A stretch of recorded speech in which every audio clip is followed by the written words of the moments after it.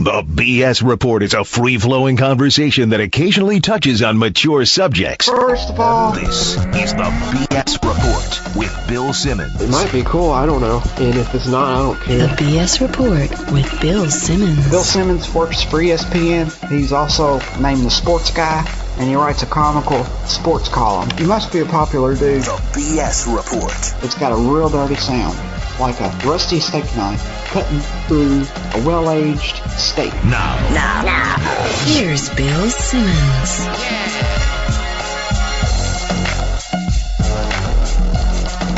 Welcome to the BS Report. A little bit later, we have David Jacoby coming on to talk about the Real World franchise and the possible fall. But now some real television to discuss. The late night.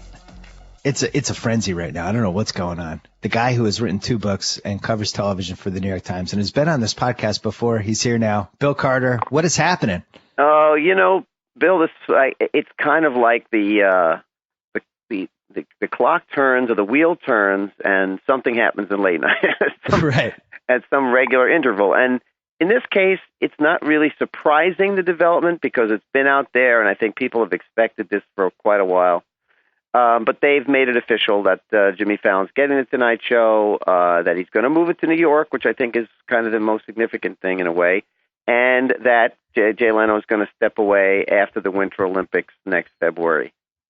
Well, because I'm a nerd and I love this stuff. Yeah, I noticed that you basically wrote a column today that broke the news. I think you broke the news, right? Or Yes, you were one of the first right. people that broke it. Yes.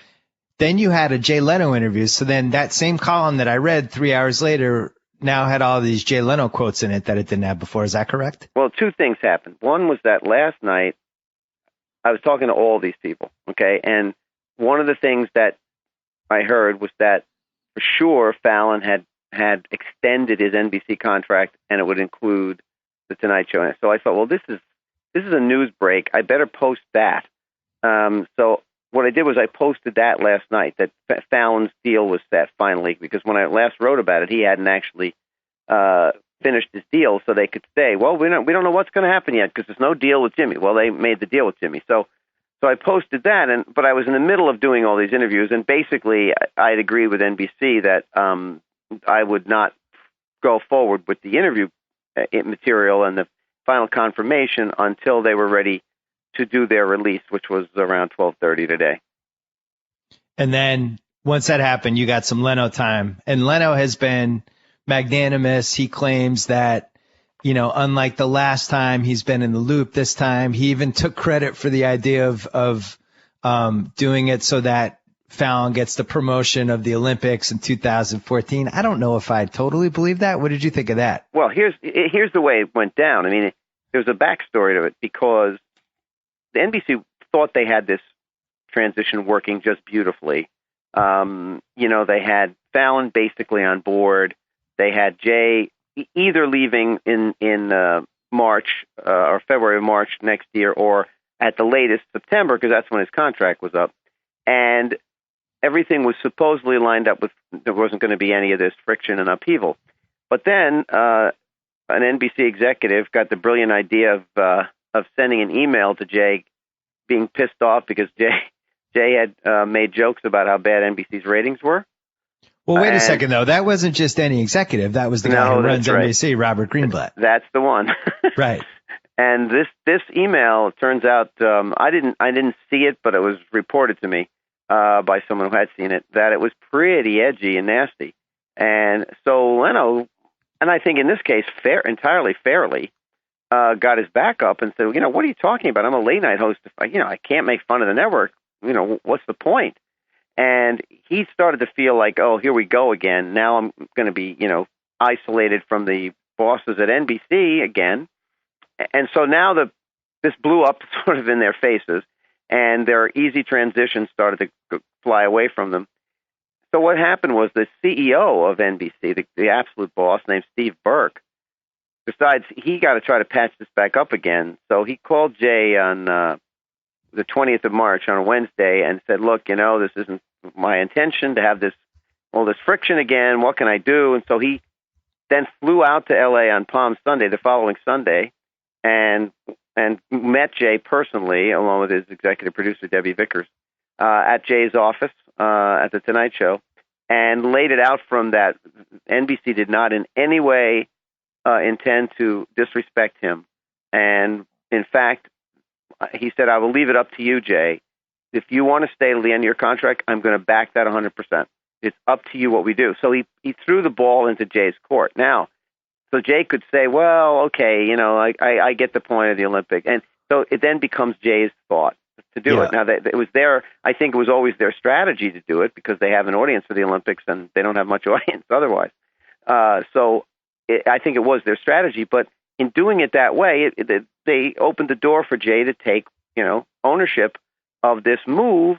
And unlike any of the other times this has happened with Jay, he you know, was in charge of his own fate. And I think, therefore, it went down much more amicably. Well, and the other thing that seems to happen, or at least on the surface, it seems like Fallon has, you know, kind of handled himself well with this whole thing behind the scenes. And it seems like he's tried to keep a relationship going with Leno and not seem like he's stabbing him in the back and all that stuff. He has. And he's been solicitous of him and calls him. And, you know, and I think Jimmy is a sincerely nice young guy, and he's obviously very talented. And I think he played it right. You know, he's basically saying, you know, I think you're important and your run has been worth honoring, and I'm not going to get in the way of that. And he kept his head down. You know, and frankly, there was no reason for him not to, because, you know, he's only been in his show for 4 years. I mean, Conan did it for 16 years before he got to Tonight Show. He had the right to be a little antsy, I think. And Dave Letterman was on it for 11 years. So Fallon really was a short term here, and he could have gone longer on Late Night if they'd asked him. I'm sure if they had said to him, look, we're going to renew Jay for just one more, I mean, he wouldn't have complained. So he had no reason to be antsy. And, you know, he came up with that video for them to both perform in the other night, and I'm sure Jay was, you know, flattered by that. And, I don't know how you felt about that video, but I thought it was atrocious. Here's the thing about it. It wasn't funny. No. Hold on. Not only not funny, but made Fallon kind of seem like a stool for the network, or a stooge for the network a little bit. I don't think he really had anything to gain from doing that. Like, at this point, you're getting the job anyway. Like, you don't need to sell Leno like it's professional wrestling or something. I just didn't get why he chose to do that. Well, I think, again, you're looking at a situation where he's playing his role and he wants to be on friendly terms with Jay, and, you know, that played into the scenario that Jay was being mistreated. And, you know, I think that was part of the strategy. It was entirely a Fallon creation. I mean, his staff created that. Well, let's be honest. Jay loves when he's in this position. This has worked out great for Jay. He has not been relevant really since Kimmel took over Late Night, and then everybody started talking about the Jimmys and when's Fallon going to move in, and Leno was this dinosaur who was on his way out. And, you know, that Greenblatt email really kind of gave his show a little bit of juice again. It was the first time anyone had been talking about him. Well, yes, and it really opened the floodgates for him to go after NBC, which, you know, only plays well for him. Yeah. You know, he's not an edgy comic except at times like this. So I do think that's true. But I also think it's easy, and people have said this to me, some very prominent people in this scenario, that Jay is a guy who is like routinely underestimated, and he is, and he somehow, despite all of those other factors, you know, he's been extremely competitive. I mean, when he came back after that disaster in primetime, there was every right to think this might never work again. You know, he's damaged his brand, etc. But damn if he didn't come back and win again. Now he's not winning by the numbers he used to have, and he's nowhere near the dominant player he was. But, you know, the fact that he still wins in the 18 to 49 demo routinely, I think people are flabbergasted by that. But he has a steady appeal. He always has. That quote he had in your piece, I thought was interesting. He made a point of saying, hey, look, when we were number one in the 90s, people said it was because of ER and Friends and all these great shows NBC had. Yes. Well, we don't have any more great shows anymore, and I'm still winning. That's right. And you can't really dispute that, because especially over the last month, now The Voice is back and NBC has some traction, but from January until mid-March, they had the worst performance of any network in history in primetime. No one's ever done as badly as they did. And he still won. So, I mean, it wasn't only because of any lead-ins or anything else. He had enough left in the tank and I've always said this, and he has concentrated on this his whole career. He aims for the middle of the country because the middle of the country, especially in Central Time Zone, the shows are on at 10:30, not 11:30. So there's more audience available there, and that's what he aims for. He simplifies it. I get it. I get what he's doing. I think I agree with you that he is severely competitive, much more competitive than he would let on. And I'll be honest, I tweeted this today. I don't think he's going away. Yeah, well, I think anybody who thinks that he's just going to now retire and do Vegas shows and stand up, you are crazy. This guy will have another TV show. I am 100% convinced. What do you think? Well, he said to me, and of course I asked him that, and he said, well, you know, my phone's not ringing off the hook. And I think in the back of his, but he didn't, by the way, even in answering to me, he did not walk away from that. He said, you know, it would be nice if somebody offered me that. So he left the door quite wide open to that. And this is a guy who lives to tell monologue jokes. That's what he does. He wants to do that the rest of his life. He can go on the road and do clubs, but then he's doing his act, and that's different. He wants to be out there talking about what's in the news and doing monologue jokes. He lives for that. So the opportunity to do that, and I'm not saying he would take any opportunity. I don't know if, you know, like the Lifetime channel called, or he might jump on that. But, you know, I could see him doing several networks that might find a place for him. Maybe not broadcast networks, because I don't see him going to Fox. I mean, that's the one that's open, but I just don't think he fits their brand at all. I mean, and they didn't go for Conan. Would they go for him? I don't think so. And then the other thing that people have said as well, you know, he could take over when Dave quits. Well, Dave's not quitting, and Dave won't quit now, because he'll wait to see what happens with Fallon. Because when Conan came on, Dave went back to number one for a while, so he might get a chance to do that again. I think there are opportunities for Jay, though, because there's so many networks now and so many other outlets. Somebody's bound to say, "Hey, this guy had a following. Why not put him on?" I think it's going to be Fox. I know it doesn't fit the brand. I know it doesn't make sense, but think of what you're acquiring as a franchise. I mean, even you look at, there was an article about how his ad revenue was way down since 2007. What was it? Over 200 million. Now it's like 114, something like that. Yep. That's still $114 billion in ad revenue. And all you have to do is build a studio and pay him $25 million a year, and you're making money. And he's already proven that he plays better at an earlier hour anyway, especially as you said in the Midwest. Yeah. Well, and if he's on at 11 p.m. after their news every night, what's wrong with that brand? He's going to make money for you. The complication for Fox would be the same as it was when they were dallying with Conan, which is that the Fox stations, their affiliates, have signed up an awful lot of syndicated product reruns of comedies that they've invested a lot of money in.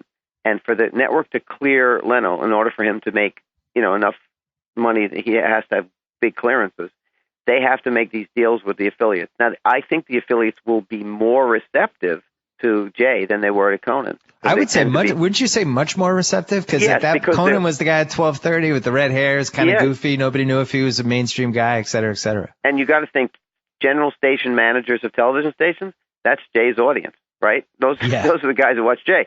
So I think they might be more amenable to that, but I just think it would be a patchwork. I mean, I don't know how they could put together enough, at least in the short term.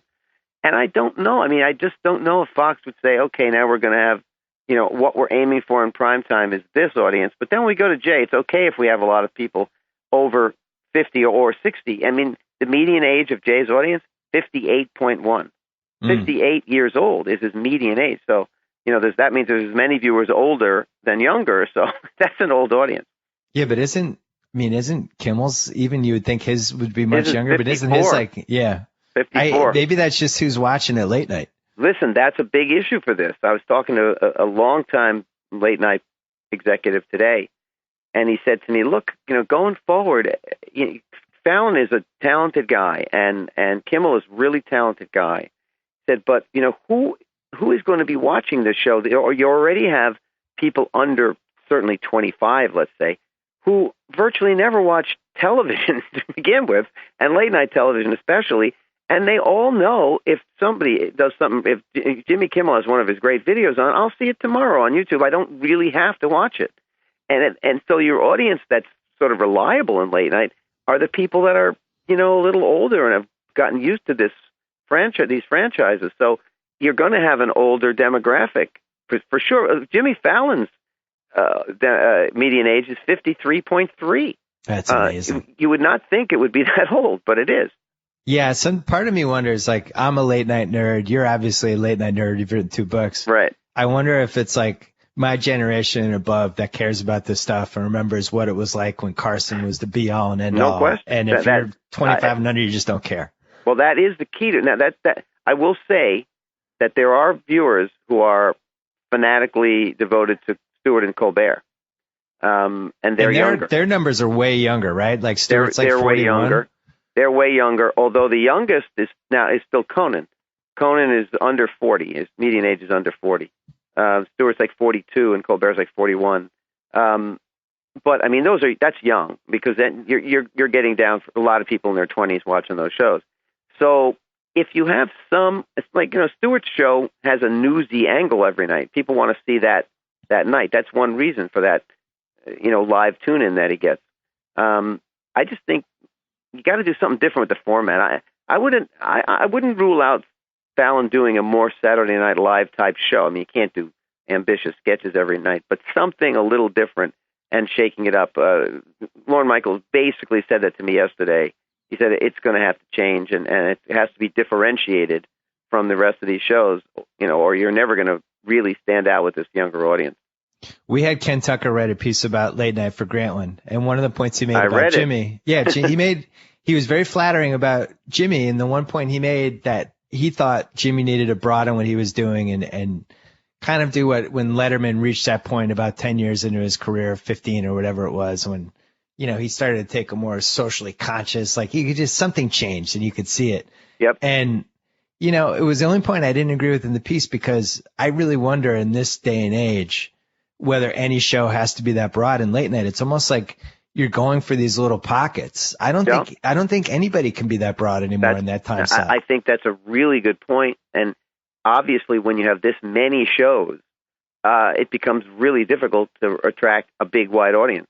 But to be honest with you, that is what NBC is looking for, and they think Fallon plays broad. He certainly plays broader than Conan did, and I think they feel like he is a more acceptable performer to people over 50, and he may be, but I don't think you're going to ever get an extremely broad audience anymore. It just seems virtually impossible. So to aim for it kind of maybe undermines your guy's, a special appeal he might have to a particular audience. So I think they have to be careful with that.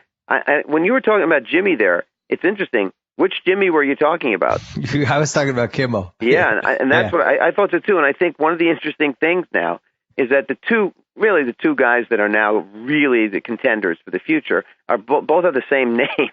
Yeah, it is confusing. And it's a little confusing. So I had a suggestion today that I think would effectively change the confusion, and that is when Fallon goes into late night, he should just call himself Jay. I don't think he's going to do that. That would be funny, though.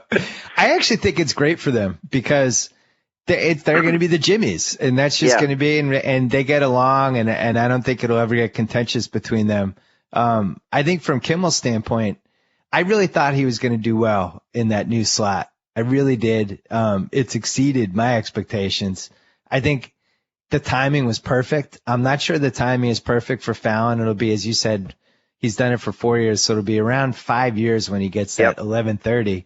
I don't think Jimmy really knew. He'd obviously, Jimmy, he'd disagree with this. He'd say he knew how to do it right away. I don't feel like he totally knew how to do that show until about year 8. No, I agree with you. When it's just like you step to the batter's box and whatever pitch is coming, I can hit it. And I'm really proud of how well he's done broadening that show while keeping all the elements that worked 30 minutes earlier. I think it's basically the same show, but you know what I mean. Yeah, his growth, it's been obvious to me. I mean, he really, really has improved, and he's so much better than he was, in my opinion. And, he looks good now. He's really on his game all the time. I really think it's a big change. And you're right. David Letterman in year 5 was not what he was later either. He constantly developed. The big knock, I think, on Fallon is that his interviewing is dreadful. I mean, he basically loves everybody. He's crazy. He's a fan of everybody, and everybody's great. And that will catch up to him. If he doesn't have any edge at all when he's talking to people, one of the famous things about Letterman was if you ticked him off, man, it was great television. Right. He had an edge, and I mean, you can't just go in there and say, "Oh, you're the I love you. I think you're the greatest at this." I mean, it seems over the top to me. But Fallon's personality is like that. He is one of those really polite, well-raised kids, who tries to be polite and nice to everybody. And I don't know if that's going to carry over. I mean, people say, "Oh, Johnny was boyish." Yeah, Johnny was boyish, and et cetera. Boy, if you got on his wrong side, he'd kill you. He'd chew you to pieces. I can't ever see Fallon doing that unless he has a dark side I haven't seen yet, and maybe he does. The biggest thing he has going for him is he seems to have the ability of every 2 weeks or so he'll have some internet clip that will keep him relevant, which I think is something that until Leno had these jokes recently, you either watched the show or you didn't know it was on, and I think Letterman has hit that point a little bit because he's still doing the same show he was doing in 1993, and I think he's doing a lesser show than he was doing. Well, he's a less interested version. He's less interested in the show. He's less interested in the show. He never does anything ambitious in his second comedy bit, the second act of the show. He never, ever does anything ambitious anymore. He just sits at the desk and often just riffs. And because he's a superbly talented guy, he can get away with this. But, he lengthened his monologue, so he has more comedy at the top of the show. But it's not the same show at all, and his approach to it is so different. I mean, he is really the definition of mailing it in because, he doesn't even rehearse anymore. Well, I was going to say, I heard that he does not even go to his own rehearsals anymore. He just watches them on a television. That's right. He doesn't go to rehearsal. And only like 4 people see him every day or something? Yeah. And so, this is not Dave at his high point, but he's so talented. He still brings it off. And occasionally, certainly, he will be more interesting in interviews than almost all the other guys if there's something really to be said to the person. He does get things out of people that are interesting. And as somebody said to me today, he is now the only late night host, and I think this is true certainly when Jay was on too, that is pretty much a bigger star than any of his guests. I would agree with that. And I would also say him and Carson were the only 2 late night hosts ever that had a certain, almost like the guests were a little bit in awe of them being on the show. Exactly. And I don't know if we'll ever see that again on late night television. No, exactly. You're intimidated going on. Howard Stern might have a tiny bit of that too, but I don't think Leno gets bumped this quickly if Jimmy doesn't do well. And I think part of why NBC did this was because they looked at the big picture and they realized the longer they gave Kimmel a chance to grab that 18 to 49, which is all they care about, the worse that was for Fallon. There's no doubt about that, Bill. There's absolutely no doubt. If Kimmel comes out and he does bad, they don't do this, right? Well, I mean, if he did bad, but I mean, I don't think anybody thought he'd do bad. I think this was put in motion. This was put in motion almost at the moment when ABC decided to give Jimmy the 11:30 slot. I mean, I think NBC started right then thinking about, we can't leave this guy out there for 2, 3, 4 years going against Leno when our younger guy is on the sideline or in the second string show. We can't let it happen. If Jimmy Kimmel gets really established, we won't have a shot at this. I absolutely know for a fact that was in the thinking, and they just didn't think they could allow that. And look, it's a testament to Kimmel because, frankly, if ABC hadn't given him this job, I guarantee you that if David stepped down, CBS would have given him the job. So he was ready to be the next guy. And you're also talking, there were 2 great what ifs that involved ABC in the last couple of years. And I think each time ABC kind of won out.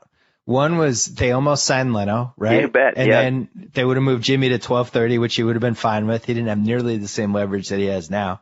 Yep. That fell through. And then the other one, Matt Lauer. If they give him some Godfather offer to take over Good Morning America. Good Morning America is now beating Matt Lauer. Well, but that's an interesting one because I don't think that. I think they were trying to hire Matt Lauer away from NBC, but not to host their morning show. I think they wanted Matt Lauer just to get him out of the Today Show, because I think people sort of forget this because of the recent information. But Matt Lauer is a giant figure. He was dominant, and widely considered the best male host ever on morning television. So I think ABC has done an very effective job undermining their biggest enemy in the morning. And one of the ways, I think they wanted to get him over there with Katie Couric and have him do that syndicated show, because he was definitely interested in that for a while. And I don't think they were going to let him host Good Morning America. I really don't think so. I think that it was more of a let's get him over here. He can give up the morning this way, and then once he's out of there, we'll dominate. When that didn't happen, they figured another way to get him out of there, at least in the eyes of the public, by conducting a sort of a campaign against his personality, which NBC cooperated with by screwing up the Ann Curry business in such a massive way. I mean, I think ABC recognized that once Ann Curry got that job, they knew that she couldn't do it, that she was not very good at it, and that she wouldn't mesh with Lauer. And it opened up this opportunity, because then it doesn't work, then you got to get rid of her, then he looks bad. And, you saw a lot of things on page 6 about Matt Lauer. I mean, I think that was effectively done. That's a whole other podcast, because Matt Lauer to me was like just a monolith. I couldn't imagine any scenario where 2 years later he would be, it seems like, on his way out. Or it does seem that way. Although, again, if I'm NBC in this scenario, I keep my mouth shut. I leave Matt Lauer in place, and I slowly try to rehabilitate him, because he's better than anything else they got. And if this period can somehow go away, he could come back. And it's very interesting, if you look at the ratings, that although GMA wins, in the demo, it's very, very close still. And Today Show has won a few weeks, even since they fell. So they're not crazy far away if they can get past this low period. I think they have to worry about Savannah Guthrie being the right female host to match with him. I think she's fine and everything, but they've had spectacular success with Katie Couric and Meredith Vieira, and I don't think this is the same level. But even though this excuse didn't work with Leno, I do think it is an excuse for the Today Show ratings. It's so easy for them, if you have good shows, to drive what's coming on that morning. And you look at how ABC's set up. It's basically their primetime programming. It's a network that appeals to women specifically, totally. Right?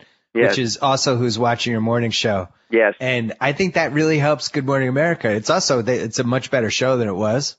But yes. I think the programming really helps. And on NBC, the programming really hurts, and you wouldn't know that they have a good guest. Nobody's watching. They have very bad primetime numbers overall. And you're right, the ABC has almost exclusively women. It hurts them in some ways to have only women.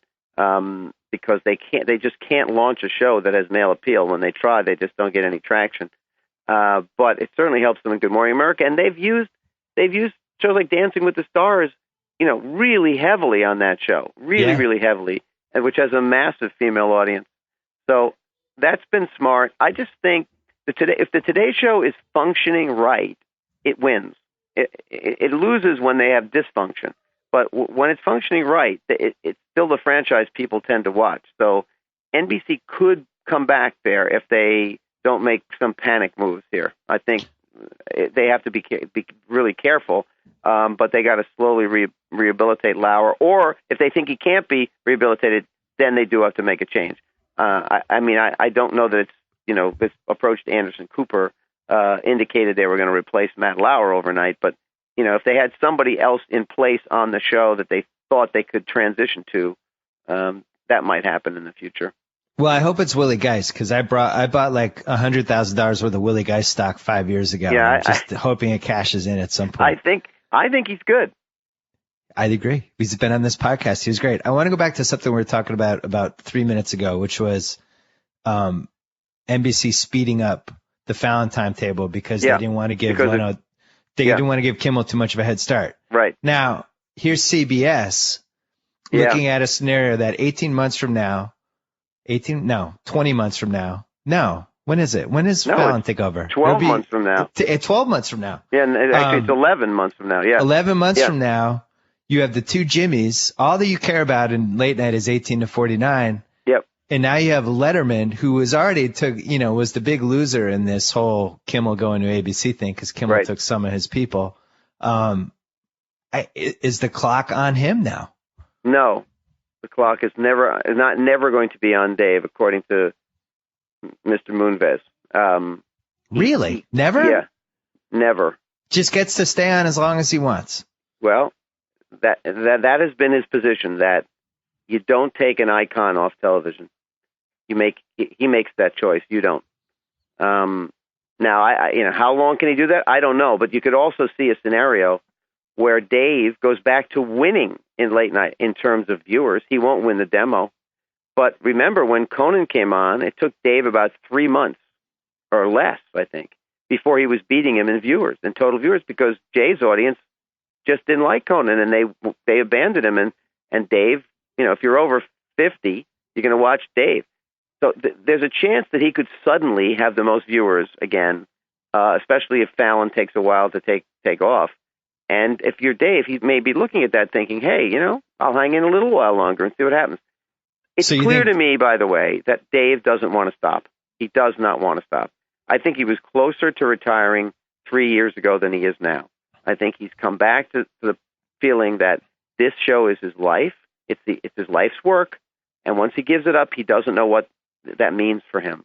And I think even though he's not working hard at it, he can still do it with his raw talent. And, to change that up now, I think he feels like it would be a tremendous risk. And I don't think he wants to do it. I think he's in it for at least not just this. I think he has a contract for another year and a half or something. I think he'll go get another one. I don't see any sign that he's ready to step away. And I don't see CBS looking like, well, we better make a move here. It's time, we better line up Stephen Colbert, if they're thinking that, it's not obvious to me. I think I agree with you, and here's why. I thought it was interesting right before Kimmel went on, went to 11:30. First of all, Dave went on a show. Dave did that, what was it, Night at the Kennedy Center thing, which he never usually does stuff like that. Right. He did an hour-long interview with Oprah. Yeah. He fired his head writers or demoted them or whatever he did and brought in new head writers. These are moves of somebody who still wants to be relevant, in my opinion. You're absolutely right. And I think Dave finds this to be I wrote about it in the first book. He said it to me, and people said it about him. He only feels fully alive that 1 hour a day. And, if you do that, man, I can't imagine what it's like to stop. He saw Johnny stop, and he got alarmed by that because Johnny stopped, and it was quite abrupt. You know the famous story about him writing monologue jokes, right? Yeah. I mean, he found himself with an emptiness that he found hard to fill. In fact, people a couple of years later said that the timbre of his voice changed because he didn't stand up and perform every night. Wow. He radically changed from not being on TV. And Dave, worshiped Johnny, and he did see him socially a couple of times, which is rare for Dave, but he did. And he was, I think, a little bit shocked at what happened and thinking that's not a great thing. So unlike Jay, Dave would not then, if he did step away, would not then do, Las Vegas gigs. So he would probably stop entirely performing, and that would be a shock to his system, I think. Well, this goes back to what the reason I think Leno is not going away.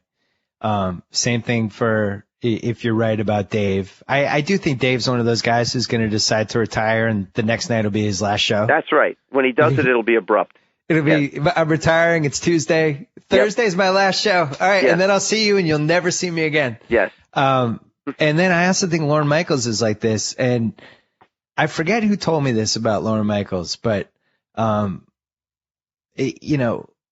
the reason that he's still on SNL, or at least one of the reasons, I'm sure he loves the rush and still being involved creative and all that, is that he's the guy who's in charge of SNL, and everybody picks up his phone call when he calls. Yes. And you have a certain level of juice that once you're not the running SNL and all the other stuff, and you're just a guy who used to do all that stuff, it's a different kind of juice.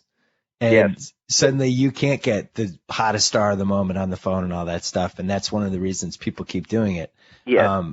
But listen, Lorne Michaels has juice like no one's ever had. Okay. Because he has Saturday Night Live, which has done extremely well this year. In fact, those 2 months when NBC was in the toilet, Saturday Night Live was their number one rated show, even though it was on the middle of the night on Saturday. Right. So, you know, he brought in a couple of new cast members this year who I think are stars. 2 women who I think are really stars. He has a new pilot coming out with John Mulaney, a terrific stand-up and writer. He, of course, already controls the late night host, who's going to be whoever succeeds Fallon, and he'll now produce the Tonight Show as well. Right. So and the 12:30 spot. Yeah, that's what I mean. He still controls that one, and he'll control the Tonight Show. I mean, he's never had more juice. And, I think he also, given the new management at NBC, the Comcast guys, they came in and they got rid of a lot of NBC people they thought were dopes, et cetera. And immediately they fell into the orbit of Lorne because the guy is really good. And they could see that he was good, and they started to listen to him. And I think that's one reason why they tried to make this thing as smooth as possible. He tried to show that we can do it this way. And I think he's been a real quiet leader for NBC behind the scenes in all of this. And, he said to me a long time ago that he will stop doing Saturday Night Live when they turn the lights off in that building. So, and recently, both Seth Meyers and Tina Fey were asked individually who they think would be able to succeed Lorne Michaels if he ever stepped away from Saturday Night Live, and they both said, "Oh, nobody. You have to shut the show down. You can't do the show without him." Right.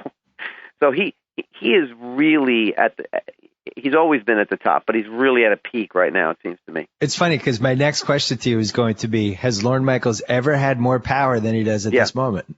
The answer is no. He has never had more power than because once he gets the Tonight Show as well, and I asked him this yesterday when I talked to him, I said, "So are you looking forward to finally being the guy who runs the biggest show, nightly, late night?" And he paused for a minute and he said, "Yeah." Right. And that was kind of his. He said, "I'm not by nature an enthusiast." Yeah.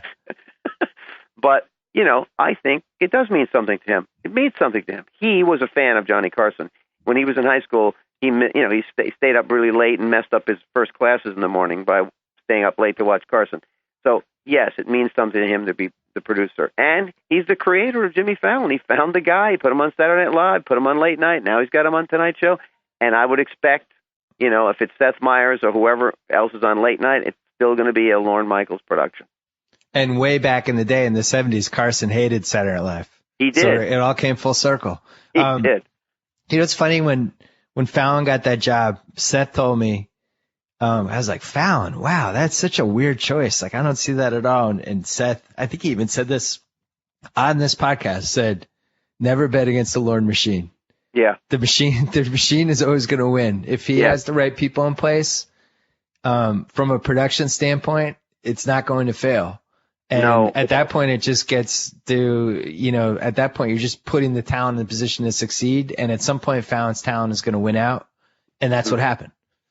But you have to also say his commitment, or his eye and his commitment for talent, is unmatched. It's unbelievable. I mean, you're right. When Fallon took this job, there was an awful lot of doubters. And they said, come on, the guy, he can't even get through a sketch without laughing. Yeah. He's not a stand-up. How can he possibly succeed? And Lorne said to me, he will be a hit because people like him. That's why he'll work. And they do like him. And he's very talented. That guy is talented. I mean, some of the bits he has done on video are really, really good. He has a lot of ability. And I think, Michaels has a sense for that. He just has a very good sense for who's talented and who will work. For God's sake, he put Conan in that show. That made no sense at all.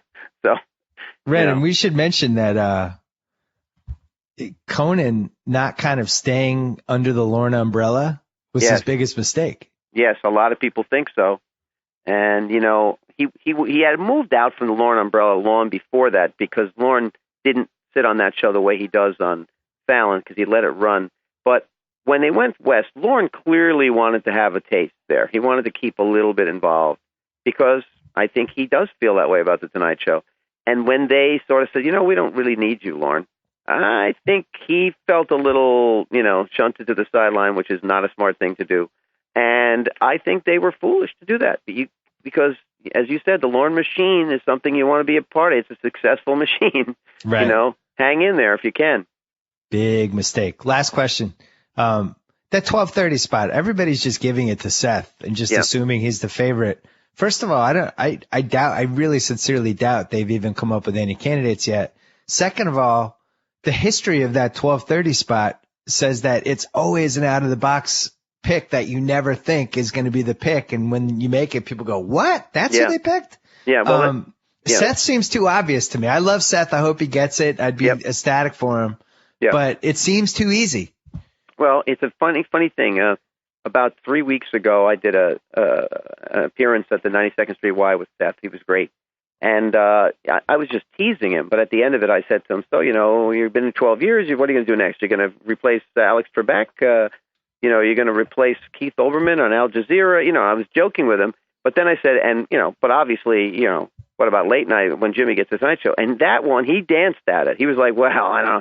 And that got picked up by Page Six in the Post. And the next thing I know, it's everywhere that it's a given that Seth is getting the show. Yeah. It's logical. Okay, it makes sense. He's a Lorne guy. Lorne controls the host, and he's really good. He's very funny. He's really smart. He's really kind of a charming guy. That's what you want, okay? But here's the X factor. Are they going to keep that show in New York now? I think there's a big question about that. They, you know, with only Jimmy on the West Coast and Conan, really, you know, are you going to leave them to get all the bookings? Why would you want another show in 30 Rock the same time you have the Tonight Show? I think they may move that show to L.A. I don't know if that would be right for Seth. And, you know, maybe they think out of the box. I think Lorne thinks you got to do something different. You can't do the same show again. You got to do something different. Does that mean Seth does a weekend update type show? Maybe. I don't know. But I think I would lean towards Seth only because I think he's the best guy out there. But they may think they need to change it up. I thought Seth should have had a show like that 3 years ago, but I agree with you. It has to be in L.A. You cannot have two New York shows in a row and the same thing, just from a booking standpoint. And we forgot to talk about this earlier.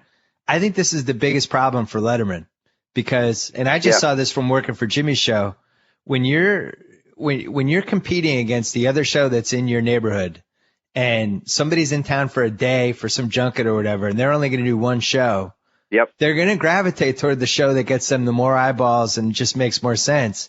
Or the show that's just hotter. You know what I mean? Or the show that's hotter. Or that you can do a viral clip or whatever. Yep. And those people are going to go to Fallon. Yeah, I think if that's that right. show is doing well. And that's what will kill Letterman ultimately. I think that's right. Yeah, I do think that's right. So we think 12:30 goes to L.A. And you agree with me that that's not even close to being settled. I think it's not close to being settled, but I would now make Seth the front runner. I would too. Yeah. Which would be good because I also bought Seth Meyers stock like 6 years ago. Good lot move. Of that too. Smart move. Bill Carter, people out there should buy your books on Amazon, even though they're probably much cheaper than they used to be. They are. All the more reason to buy them. 25 years of late night history laid out, and the Late Shift is still a great. I mean, it's like 20 years old now, still an unbelievable. Thanks that whole Leno hiding in the closet, it's just fantastic. All right, get some sleep. Thank you for the time. We appreciate it. Okay. Yeah, great to talk to you too. Okay, bye-bye. All right, we're going to bring in Dave Jacoby talking about reality TV, but first a word from our friends at Subway. Get to Subway pronto for the Italian collection featuring the zesty Italian BMT, Modulicious meatball pepperoni melt, and the chicken pizziola melt. Try them all layered in melty provolone. Subway, eat fresh. All right, let's bring in the czar of reality TV from Grantland, the guy who runs the Grantland channel, as well as the guy who co-hosts the Jalen and Jacoby podcast on the Grantland Network. A new Real World Portland season has begun last week. Lowest ratings ever for Real World. Dave Jacoby, explain that to us. I don't care. You know what I mean? I'm an artist. I'm in this for the art, and I'm not on the business side of the curtain, just the art itself, and I'm really liking what I'm seeing so far. Well, you should be concerned because low ratings means cancellation, which means no real world, which means no feeder system for the fifth American professional sport, the Real World Challenge. That concerns me. Of all the television shows for MTV to cancel, like I think Real World is like 75th on the list. Are you sure? Yeah. Yeah, what did it get, 740,000? Bill, they went an entire weekend only showing the Real World. Yeah, I think it got better ratings than the Portland show. That's fair. Well, I'm looking at the ratings right now. Oh, yeah, a lot of people. This is the TV Mojo, some Twitter account said, this is the story of a reality show with an awful debut. Real World Portland debuts to just 700,000. That's a cheap shot, TV Mojo. Yeah, TV Mojo, slow down. Slow your roll, TV Mojo. Did you watch the show? I saw I was on vacation. Yep, fair. Saw the second half of the show and kind of pieced together who the people were during the second half. It really seems like, I know you covered this in your column, but it seems like they have a major monkey wrench this year with the mid-season replacement roommate.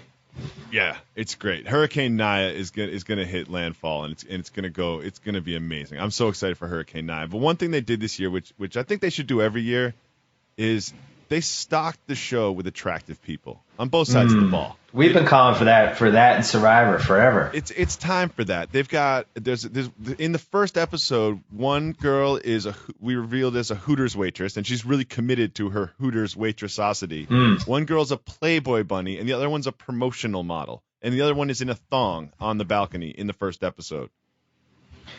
I have a couple questions to read you. I was thinking about answering them in a mailbag, and maybe I still will, but I thought these were interesting and kind of summed up my feelings about that Real World Marathon that was on, which was really riveting. Fantastic. Riveting in how boring it was, but also riveting in how different the show was, and riveting, and I felt like these were my old friends that I hadn't seen. It was almost like going to a college reunion.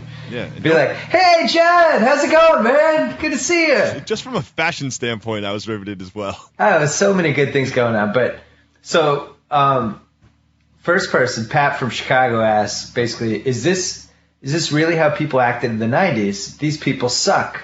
There hasn't been any sex, barely any drinking, and all conflicts have been resolved through open discussions. Did everyone in the 90s take themselves this seriously? Did everyone feel like they needed to take up a cause? Why are they rock climbing? Watching this is making me thankful to be in my 20s now. All really good points. I don't really have any counters, but I did think that was the major thing that stood out when you watch those, the first New York season in San Francisco versus now. It's like they actually had conversations. Not only that, they had responsibilities. They had backstories. They were different. I mean, but to answer Pat's question, is people have always been the same. The people that they choose to be on the show have changed. Oh, I don't know if I agree with that. Oh, then you're just wrong. I mean, it's fine if you want to be wrong. How old are you? I'm 37. I'm 35. Yeah, see, I'm 6 years older than you. Yeah. I do think people were a little different in the early 90s, and that was when the real world hit. You had HIV had really become, Magic had gotten HIV in 1991, and that kind of changed how people were acting for a couple of years. And I do think things were a little different. I do think it captures that. I also think you're right. They started picking crazy people for the show. I would argue Real World Miami was the first year that happened. That's a fair argument. What was that guy's name that Jacko and I used to call the Joker? I think his name was Dan, crazy gay guy. Yeah. They had him and a couple. There was the first threesome that year. That's when the show went off the tracks. No, there's Joe from NYU who's like 5'6". He was dating a 6'3" model. Yeah. And he used to I don't even know how to explain this on a family show. Climb her? Yeah, he used to practice not climaxing, and that became a problem in his relationship. Oh, I remember that. Yeah, that was a good storyline. I enjoyed that. that storyline.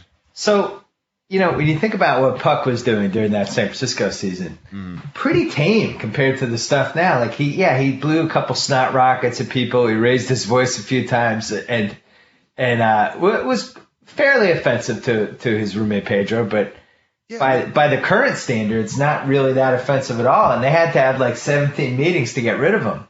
I rewatched the peanut butter scene. When the peanut butter scene is burned in your brain as the apex of sort of like Puck's disrespectful, not thinking of other people.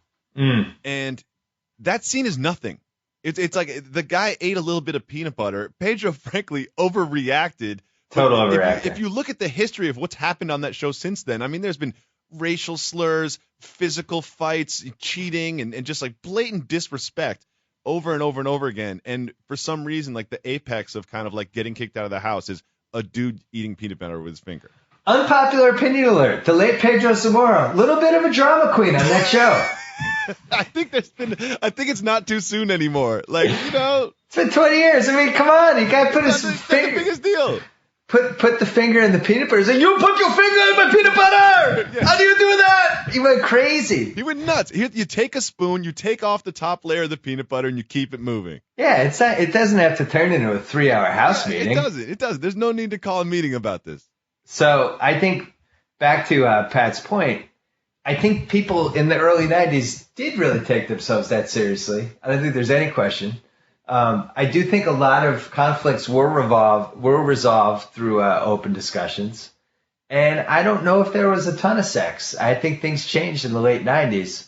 But, I think when you did the disparity between watching that marathon and then going to what happened in that Portland episode, it was like a different society. It totally was. There's literally one moment on the screen that Pedro was talking about having HIV and his struggle with HIV, and it was a very sort of like down moment. You know how they put those graphics up in the lower right? Yeah. They put a graphic up of like, next Wednesday at 10 o'clock, Real World Portland, and it was people punching each other. And it was like the juxtaposition of like what the real world used to be and what it is now was just right there on the screen all at once at the same time. I remember in the Seattle season when Irene decided to leave, and then she said that Steven was gay on her way out. And Steven ran out and got her stuffed animal that he had hidden and claimed that he didn't hide it. And then he threw it into the car, or he threw it in the water. In the water, yeah. Threw it in the water, and then kind of softly slapped her. And that was by far the biggest thing that happened on the show. I mean, that was like a nuclear bomb. Yeah. And nowadays that would be tame, and I actually think he might even stay on the show. Oh, I think he does too. I mean, Hurricane Naya, who we're not even sure when she's coming, but she's coming. She punches at least 4 different people in the face. And I don't know if she does this all at one time or what, but she stays on the show after punching people. So we think they might have relaxed those rules a little bit. Yeah. I mean, if you were in control of the show, wouldn't you? You probably should. On the other hand, you don't want a situation where just people are getting sucker punched every week, which seems to be what Hurricane Naya was doing. Yeah. Second email, which relates to the first email. This one is from Tom Bauer in St. Paul, Minnesota. Hey, Tom. He was watching the first season as well. Episode 5 was on, and he wrote, "There's a really interesting conversation between the black writer and the white model. It's the first time I've seen this. I don't know their names. They were talking about race perceptions. In between acts, commercials for the new season of Portland were coming on that only consisted of drinking and partying. As much as I love the new season of shenanigans and more importantly the eventual use of steroids in the challenge, I'm wondering what happened to the show.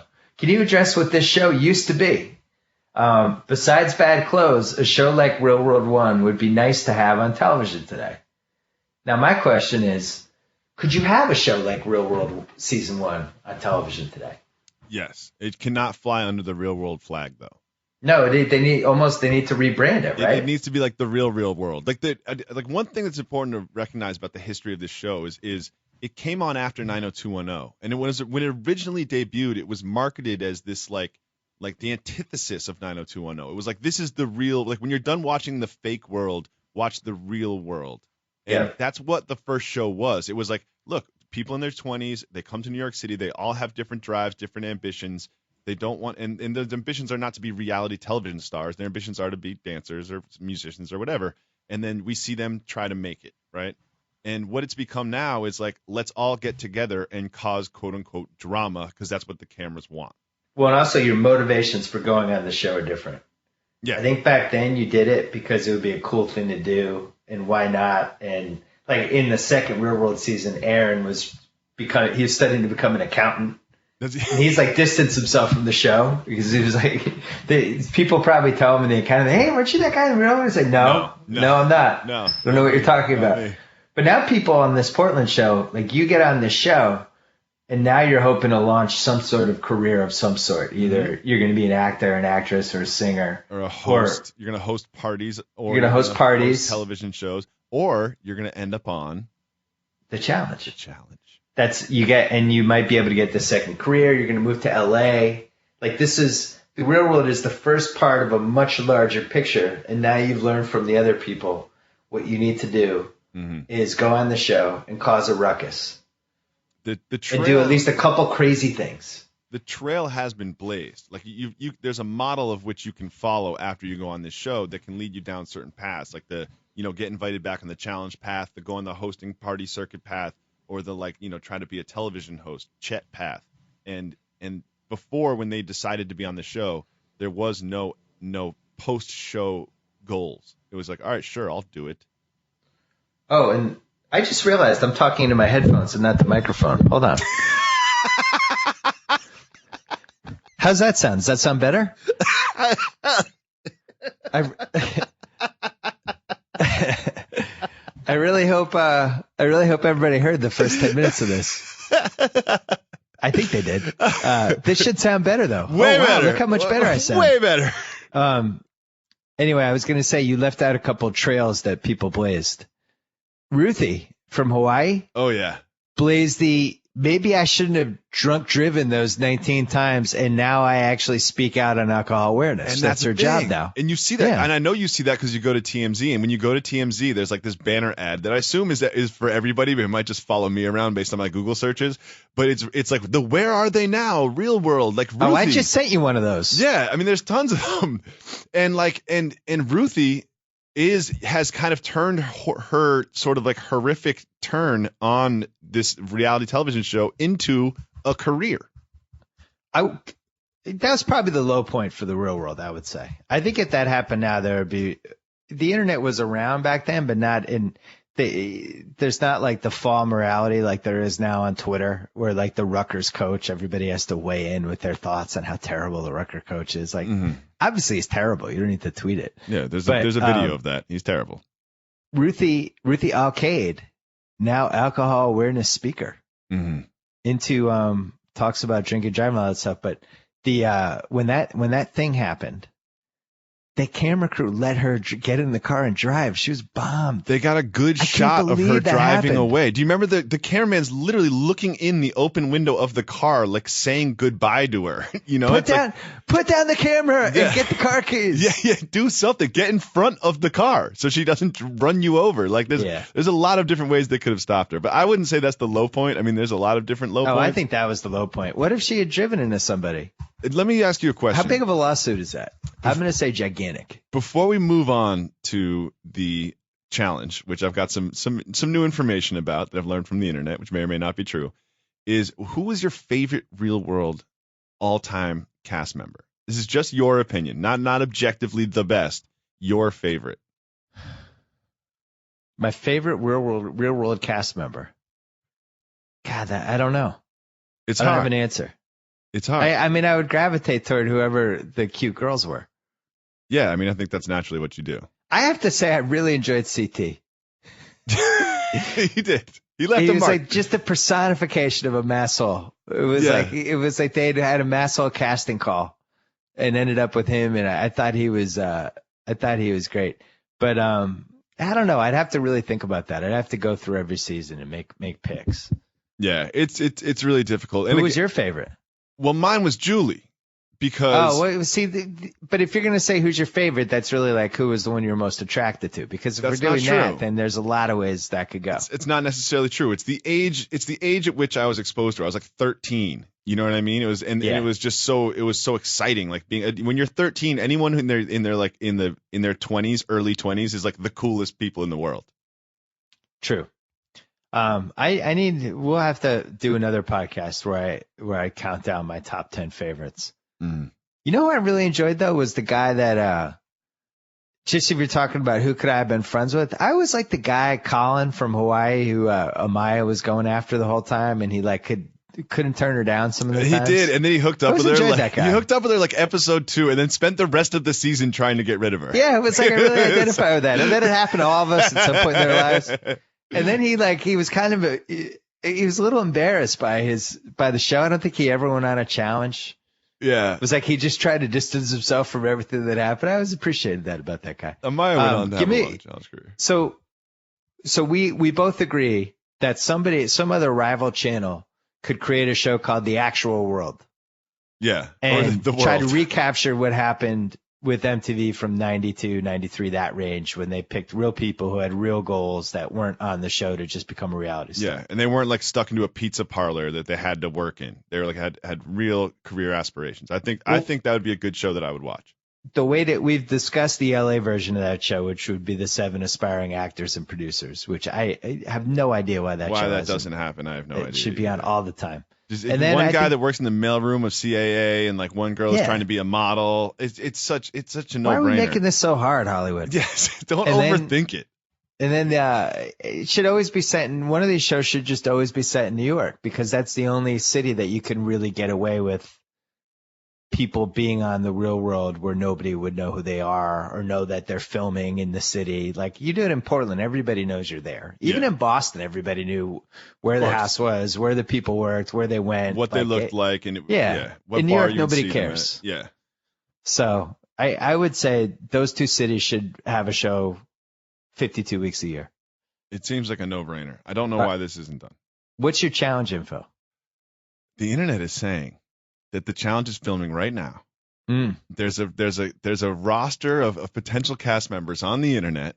I like when you say the internet is saying, like, and it's like the smoke monster in Lost, like the internet's a person. All right, I was talking to the internet today, and the internet was saying, Bill, can I make a confession? Yeah. I just don't know how to say the website's name. You know, okay, it's that's like fair. It's like Vimeo or Vivmo. I think it's Vivmo, Vevmo? Yeah, Vevmo, something like that. If it was like, the Screets, I'd be like, oh, the Screets are saying, but it's Vevmo, and Vevmo basically is saying that it's like a rookies versus veterans challenge, which I always love. Oh, I love rookies versus veterans. I love when the veteran. We've talked about this, when the veterans get a hold of it now. You haven't earned this. Yeah, they act like they're war veterans going back to boot camp. It's like Robert Horry talking to some rookie after he's won 5 NBA rings. You don't know what it's like to be a contender. You don't know what this is like. You haven't been through what I've been through. You haven't seen what these eyes have seen, man. You wouldn't be the same. You haven't thrown up on national TV like I have. Yeah. Have you ever faced CT in a duel? Have you ever looked into his eyes and said, I'm going to take you down, CT? You haven't, have you, rookie? So what is the rookies versus veterans? Do we know who any of the people are? I mean, I don't feel, I'm a journalist before everything, So you know that about me. Yeah, I don't feel comfortable sort of disclosing, because they're not based on anything besides like, oh, someone's Twitter account has been inactive since the 4th of March, so they must be on the show.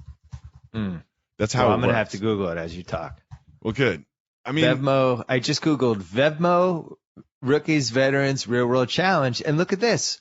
Thailand 2013 cast spoilers. But I don't looks think like Frank's involved. I don't think they're going back to Thailand, though. That seems odd. I'm just telling you what came up. Yeah, none of this makes any sense. CT, Danny, Derek, Dunbar, Frank from San Diego. Johnny Bananas. I like everything about this. Jordan from Real World Portland. Ryan from New Orleans. I like everything about this. Leroy, our best friend. Oh, God, Leroy. Ryan from New Orleans. Is he going to bring a hairdryer? Marlon from Real World Portland. Ooh, football player. Yeah, he's a Texas Tech linebacker. Oh, Rajon Rondo's in it, a.k.a. Preston from New Orleans. I'm 100% in on this. Rob from St. Thomas. Okay. Trey from St. Thomas. Okay. Tyree from Denver. Can we get Wes to the girls from now? Austin. Can we get to the girls now? And Zach from San Diego. That is a murderer's row. I mean, Zach and CT, are they on the same team? If it rookies versus veteran, you could make a case for Zach being sort of rookie. Girls are Anastasia, Camila, Heather from Las Vegas. This is great. Devin from Real World. Brooklyn. Emily from DC. Jasmine. Jemmy, your hero. I love Another Jemmy. one of your heroes. I love Jemmy. Jessica from Portland. Janae from Cancun. One of your favorites. You're secretly attracted to. One of your favorites. Nani from Las Vegas. I have to admit, I kind of like her. Naomi. Oh, Paula from Key West. Wow. How are they still dragging her? They actually used her mugshot for this message. Sarah from Brookwood and Trishelle from Las Vegas. I don't know how they got her. Yeah, and Paula has been on all of these, like every single one. Apparently it's filming, and apparently TJ Lavin's involved. We're gonna have to find out from Johnny Bananas whether this is true. Yeah, a friend of the show, great friend of the show. So, all right, we're gonna go because this podcast has lasted long enough. But the important things to talk about here are there should be a show called The Actual World. Mm-hmm. There should be more filming in LA and New York. Mm-hmm. We're happy the challenge is back. Mm-hmm. And next time we talk, let's come up with our first team and second team all-time favorites, almost like how the NBA has their year-end awards. I think there should be positions too, just like there are on a basketball team. Positions. I think there should be positions. All right, let's really blow this out because this Portland season looks like until Nia shows up, it's probably going to be a disaster. And also, I promised myself that I'd stop watching the show when I was officially twice as old as somebody on it. I lied. I 100% lied. Last thing, do you have any Jalen stuff to plug or no? Yeah, we're doing Jalen Rose Show. Check it out on Friday on the Grantland Network. I've got a little bit of mini announcement. The Grantland Network is going to split, Bill. We're going to split up the pods. We're going to go sports podcasts on one feed, on the Grantland Sports feed, and a pop culture podcast on the Grantland Pop Culture feed. And we're going to break out certain shows from the Grantland Network that have shown particular promise, a la the Jalen Rose Report and the Hollywood Prospectus podcast and the Men in Blazers, and they will have their own feeds. So we will encourage you to subscribe to all of them. Well, that sounds really complicated. I think we have to have a meeting about this. Okay, good. Let's have a couple. There's a lot of information. I know. Well, that all sounds good. And congrats on the successful live stream the other day. Dave Jacoby, we'll talk to you soon. Later. Target to sign off. Whoa! Thank you for downloading the BS Report with Bill Simmons. Too much fun. Check out more podcasts at the iTunes Music Store or at Pod Center at ESPNradio.com. Peace out.